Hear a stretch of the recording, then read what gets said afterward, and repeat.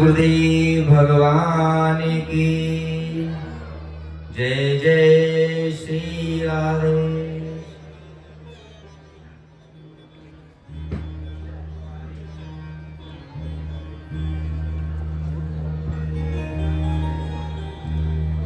ध्यान मूलम गुरुर्मूर्ति पूजा मूलम गुरुपदम मंत्र मूलम गुरुवाक्यम मोक्ष मूलम गुरु कृपा। आपदाम अपहर्तारम दातारम सर्वसंपदाम लोकाभिरामं श्रीरामं भूयो भूयो नमाम्यहम्। वासुदेव सुतं देवं कंसचाणूरमर्दनम् देवकी परमानंदं श्रीकृष्णं वन्दे जगद्गुरुम्। अनंत कोटि ब्रह्मांड नायक उन परम पिता परमात्मा श्री राम एवं श्री कृष्ण जी के श्री चरणों का ध्यान करते हुए आज इस पवित्र पावन स्थान गुफाधाम सरकार त्यागी अवधूत आश्रम में मुझे कुछ शब्द कहने का जो अवसर मिला है उसके लिए यहाँ के आयोजन कमेटी का मैं बहुत बहुत आभार एवं साधुवाद प्रकट करता हूँ। एक और परम सौभाग्य है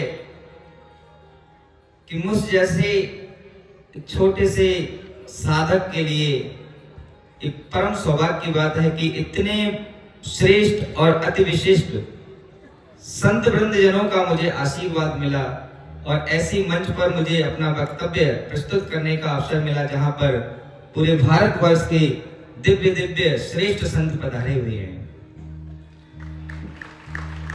अब इस पूज्य संत वृंद महाराज कह रहे थे ना कि जहां संत होते हैं वहां पर वैकुंठ होता है। ये बड़े ही सौभाग्य की बात है। संत लोग मानव कल्याण अर्थात लोक कल्याण की भावना से आप सभी के समक्ष आते हैं। जब श्रीमद् भागवत कथा का ध्यान करके सुखदेव मुनि जी महाराज लोक कल्याण की भावना से इस पृथ्वी पर भ्रमण करते हुए गए तो देखा जो मृत्यु की भय से पीड़ित हैं, कोई मोह माया में आसक्त हैं, तो कोई काम क्रोध लोभ मोह अभिमान में आसक्त हैं। ऐसे समस्त लोगों के कल्याण के माध्यम बन गए सुखदेव जी महाराज और उन्होंने भागवत वाचन का कार्य जो है इस धरा पर हम सब भगवत अनुरागियों को जो है आज प्रदान कर दिया, तो उससे हम सब लोग जो है कृतकृत्य हो गए। आप सभी का भी ये परम सौभाग्य है कि ऐसे महान संतों का सानिध्य आप सभी को मिला। इसलिए जो संतों के सानिध्य में रहते हैं वे भी भगवान के पार्षद से कम नहीं होते हैं।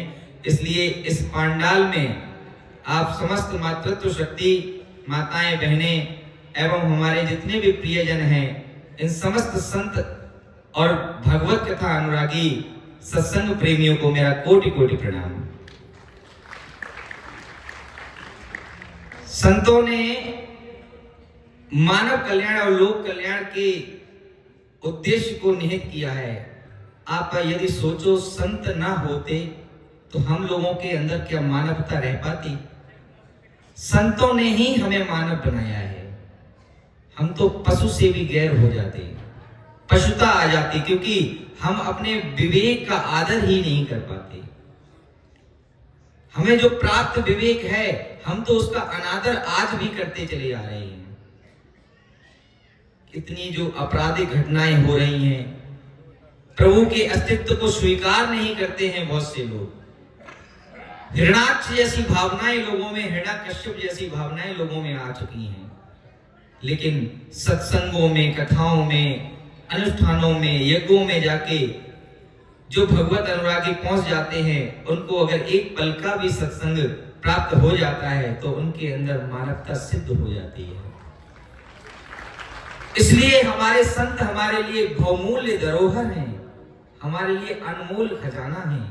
हमें उनको सहज करके रखना है, उनका संरक्षण करना है। तीर्थ धामों में हम जाते हैं, होटलों में रुकते हैं, ओयो के होटल में रुकते हैं, एक बार भी ये नहीं सोचते हैं कि क्या उसका पैसा हमारे धर्म के काम में लग रहा है। आश्रमों में रुकना लोगों ने बंद कर दिया क्योंकि लोग सोचते हैं यहाँ पर सुख कहाँ मिलेगा। इस सुख की भोग की कामना के लिए आप तीर्थ धामों में जाते हैं, भगवान के मंदिर में जाकर के वहां पर सुख भोग की कामनाएं करते हैं, इच्छाएं करते हैं, क्या भगवान पूरी कर देंगे? भगवान की यहाँ इच्छाएं लेकर जाओगे, भगवान कभी पूरी नहीं करेंगे। अरे हम तो मनुष्य हैं, भगवान ने तो अपने बाप की भी इच्छाएं पूरी नहीं की, हमारी कहां से कर देंगे? ध्यान से सोचो कि भगवान ने अपने बाप की भी इच्छाएं पूरी नहीं की। कहां पे? क्या राजा दशरथ जी ने जैसा राम जी से चाहा, राम जी ने किया? क्या सीता माता जैसा राम जी से चाहती थी वैसा राम जी ने किया? क्या मां कौशल्या जो चाहती थी वैसा हुआ? जबकि ये तो राम जी के परम भक्त थे। लेकिन नहीं, क्योंकि आसक्तियों का त्याग कराना भगवान का लक्ष्य था, धर्म का पाठ पढ़ाना भगवान का लक्ष्य था, मर्यादा को सिखाना भगवान का लक्ष्य था। और हम ये समझने के बाद में भी कि देखो दशरथ जी बार बार कह रहे हैं कि राम आप वन गमन को मत जाओ, सिंहासन पर बैठो, राज करो, लेकिन भगवान उनकी ये कामना पूरी नहीं करते हैं और हम वही कामनाएं लेकर के जाते हैं मंदिरों में। इन सब कामनाओं से मुक्त कराने के लिए ही भगवान के पार्षद जो होते हैं वो सब संत वृंद ही होते हैं जो आज यहाँ पधारे हैं। इसलिए हमें ये सोचना चाहिए, तीर्थ धामों में जाएं, आश्रमों में स्थान ग्रहण करें, जाके वहां जाके आपको दो फायदे हैं। होटल में आप रुकेंगे, 2000-5000 का कमरा लेंगे, जब आप उसको पेमेंट करेंगे तो आपके मन में इतनी भी भावना नहीं आएगी कि आपने कोई अच्छा कार्य किया है। लेकिन आश्रम में आप जाएंगे तो आपको आनंद की अनुभूति होगी, वहां के दिव्य वातावरण की जो है अंदर अनुभूति होगी। और उसके साथ में जब आप वहां पर आश्रम के डोनेशन में 1100 रुपए 21 रुपए जो अपने सामर्थ्य अनुसार रखेंगे ना, तो उससे ये भाव आएगा कि हमने यहाँ दान किया है। ये नहीं आएगा हमने यहाँ पेमेंट किया है। पेमेंट की भावनाएं होटलों में आती हैं, आश्रमों में नहीं आती हैं।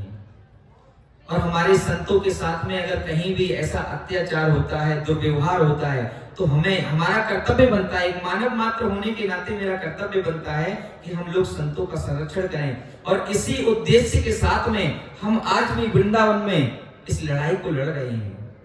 हमारा सनातन धर्म अस्तित्व में जब ही रहेगा जब हमारे संत रहेंगे और हमारे तीर्थ स्थान रहेंगे, हमारे मठ मंदिर आश्रम रहेंगे। हमारे मठ और मंदिर और आश्रमों पे तो भूमाफियाओं की नजर हो चुकी है, अवैध कब्जे हो रहे हैं, संतों की हत्याएं हो रही हैं। ये क्यों हो रही हैं? क्योंकि आप सब लोगों के भीतर जो है संतों के संरक्षण की भावनाएं खत्म हो गई हैं। हम वर्तमान में अभी सनातन धर्म रक्षा पीठ के माध्यम से वृंदावन में अपने ब्रज के आध्यात्मिक विरासत को बचाने की लड़ाई कानूनी तौर पर लड़ रहे हैं।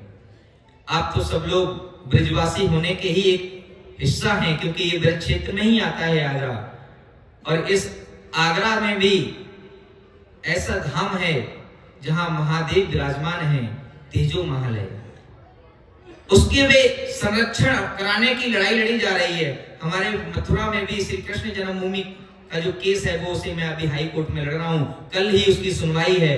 मुझे अभी यहाँ से जो है प्रस्थान करना पड़ेगा। अभी पूज्य महाराज कह रहे थे कि वक्ता जो होते हैं ना, उनके अंदर वही है, समय का अभाव होता है। वो कह देते हैं कि कम वक्त है, सबके पास कम वक्त है, तो कम वक्त हो जाते हैं। लेकिन हमें कल ही एक नई बात सुनने को मिली।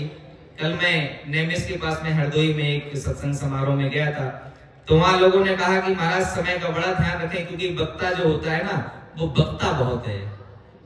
वक्ता जो होता है वो वक्ता बहुत है, लेकिन अगर वक्ता जो वक्ता है ना उससे अगर लोक कल्याण की भावना निहित होती है तो ऐसा वक्ता कोई कुछ भी बके वो हमारे लिए कल्याण का माध्यम बने। इसलिए कई ऐसे सनातन धर्म के अस्तित्व के रक्षण करने का कार्य हम लोग कर रहे हैं। आप सब लोगों के दया भाव से, आप सब लोगों के सहयोग के से ये सब कार्य पूरे किए जा रहे हैं। लेकिन वर्तमान में हम सनातन को अकेले नहीं लड़ सकते। संत लोग कितना भी संघर्ष कर लें, लेकिन जन भावनाओं के आधार पर आवश्यकता पड़ती है कि सभी सनातनी एक होकर के संतों का साथ दें, क्योंकि संत अकेले कब तक संघर्ष करेंगे। अभी आपने देखा कल ही वृंदावन में एक बहुत भयावह घटना हुई। 50-60 से अधिक गायों को, जो मृत गाय थी, कैसे मरी कैसे नहीं मरी, उनको मारा गया और उनको एक जंगल में फेंक दिया गया।